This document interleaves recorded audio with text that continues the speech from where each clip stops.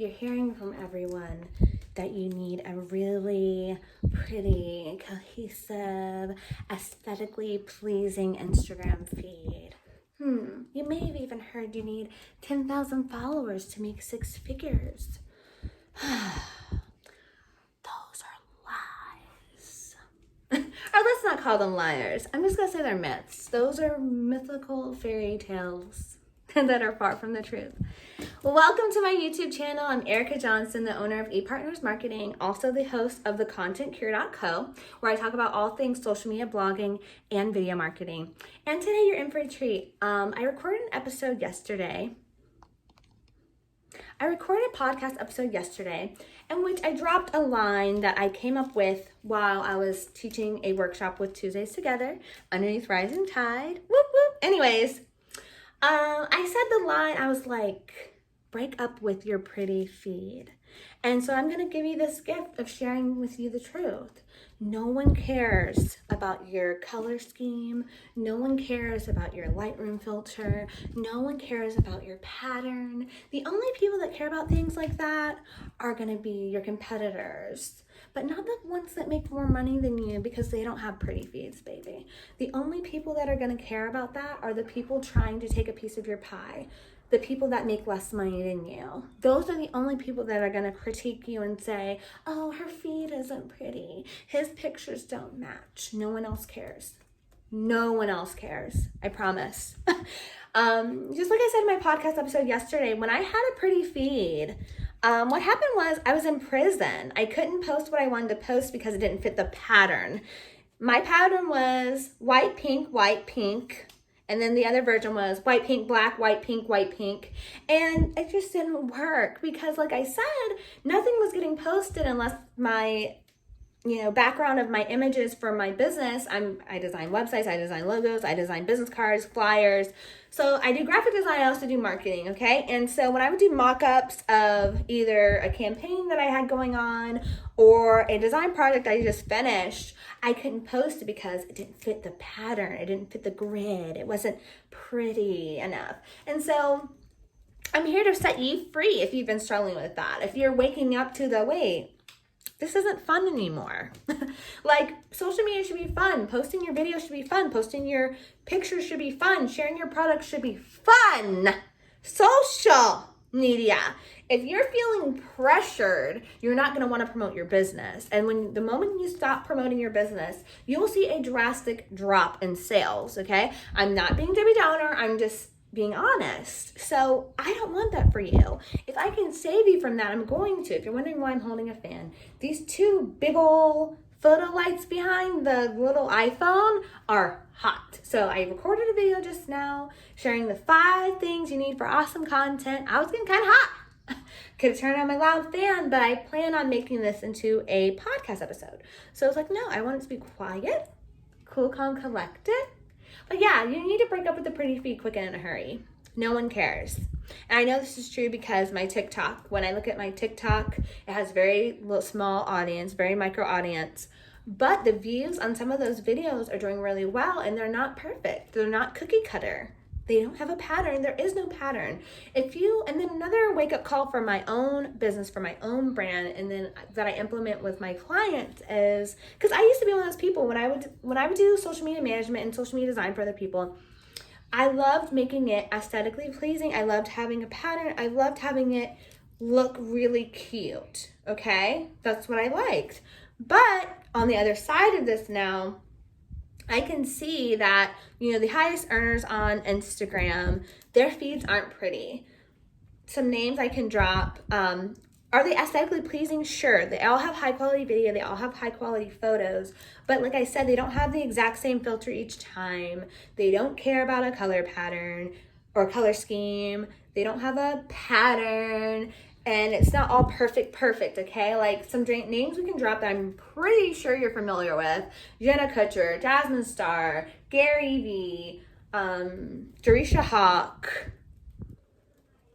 Grant Cardone, like their feeds aren't pretty, but those are, those are some of the biggest players right now on social media. So that's why I felt like I had to let some entrepreneurs free. And I know how it is when you're first starting out and you're listening to this person over here and that person over there and this person over here and that person over there.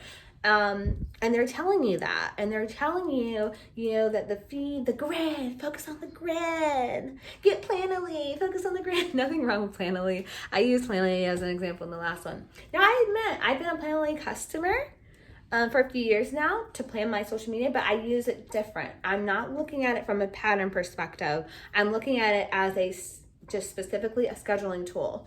Okay, I'm not obsessing over the grid. It's got to be posted.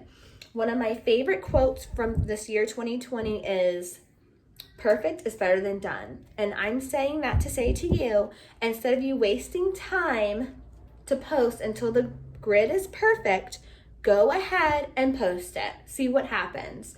And the funny thing too about social media that I've come to realize is things we think as the entrepreneur, as the creator, that will do well ends up sometimes not being what does the best. Sometimes it's the content where we were just wearing our pajamas and sitting down that does the best. I'm actually standing up today because I learned from a workshop that I was in by an actual film director. He was saying you keep all your energy by standing up. He was talking about how when you sit down and you record a video, all your energy gets cut off right at your tummy. So then that's why sometimes, you see their energy and their expressions go down. It's because they're sitting down. So I have a lot of videos where I was sitting down, but I've noticed since standing up, I do seem happier, more vibrant, more lively. But anyways, back to the issue at hand. I love tangents. Back to the issue at hand, when it comes to another myth that I hear entrepreneurs say a lot, they think, there's this whole, build your audience first and then sell. Well, that's great, but who has months at a time to build this audience of thousands upon thousands of people that are essentially strangers? Like, who has time for that? And I'm talking about specifically organic marketing. Paid ads is something we can talk about another day because that's what I used to get paid a lot of money to do. I used to help people with Google ads and Facebook ads. But in this, video, in this podcast episode, I'm talking about purely organic. If you're saying I want an audience of 10,000 people, understand you got to put the work in. That's going to be a lot of content. That's going to be a lot of editing. There's going to be a lot of video. It's going to be a lot of blog posts. It's going to be a lot of podcast episodes, okay? An audience of 10,000 is not an overnight thing. It's not an easy thing. If it was easy, everyone could do it, okay? So that's my one thing. And then number two, my second point with that whole myth of the 10,000 followers thing is, why are the people so fixated on that number? They really believe that myth that, when you have 10,000 followers, you can make six-figure. Guess what, baby? I know six-figure earners. I actually know a few seven-figure earners, and they don't have 10,000 followers. I guess they just want the little swipe up feature. Leave me a comment below why you are obsessed with getting 10,000 followers or even 5,000 followers or even 2,000 followers. Let me know. I think back in the day, everyone wanted 2,000 followers so you can get monetized on YouTube. But it's like, okay, or not YouTube, but monetized on Instagram. It's like, baby, there's ways around that even, especially with the whole invention of the micro influencer. There's people I know that had less than 1,000 followers and were getting paid by brands. There's people with less than 2,000 followers I know that were getting paid by brands. People with less than 5,000 followers getting paid by brands. So understand the monetizing your gifts, and I'll probably make an episode about that, monetizing your gifts and being able to articulate the monetization behind your gifts has nothing to do with your followers, baby. Nothing to do with your followers. That whole 10,000 followers thing and then sell something is such a debilitating myth, because you have some people that they have a great product, they have a great service, but because they don't meet those, imaginary milestones that someone tries to impose on them, they hold back on sharing their product and their service. They hold back on sharing their message with the world. And it's like, that's so sad, because their products and their service could really change lives. But because they believe those myths, they really believe it deep down in their heart and in their soul. And then it really, like I said, it debilitates them. They don't take action because they feel like when I reach a certain status, then I can take action. When I reach a certain status, then I can really put myself out there. And it's like, that's just not the case. It's really not. I know some, 6 and 7 figure earners, they don't even have social media. So what does that say about them? I know some six-figure earners don't even have a website.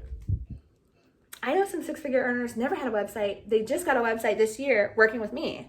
I know some six-figure earners hadn't updated their website in so many years until they met me. So understand that whole follower count equals bank account is a myth, baby. It doesn't matter. Just like I'm pretty sure on the flip side, you know people with a whole lot of followers that don't earn very much. And like I said, it has everything to do with monetization. Has everything to do with mindset. But it's another episode for another day. Thanks for listening. This is a short episode today about these myths because I really had just those two huge myths to bust. The first myth that I busted was you need a pretty feed. You really don't. You don't need a pretty feed. The second myth was you need 10,000 followers to make six figures. You really don't. I promise you. But yeah, thanks for listening. Until next time. Bye.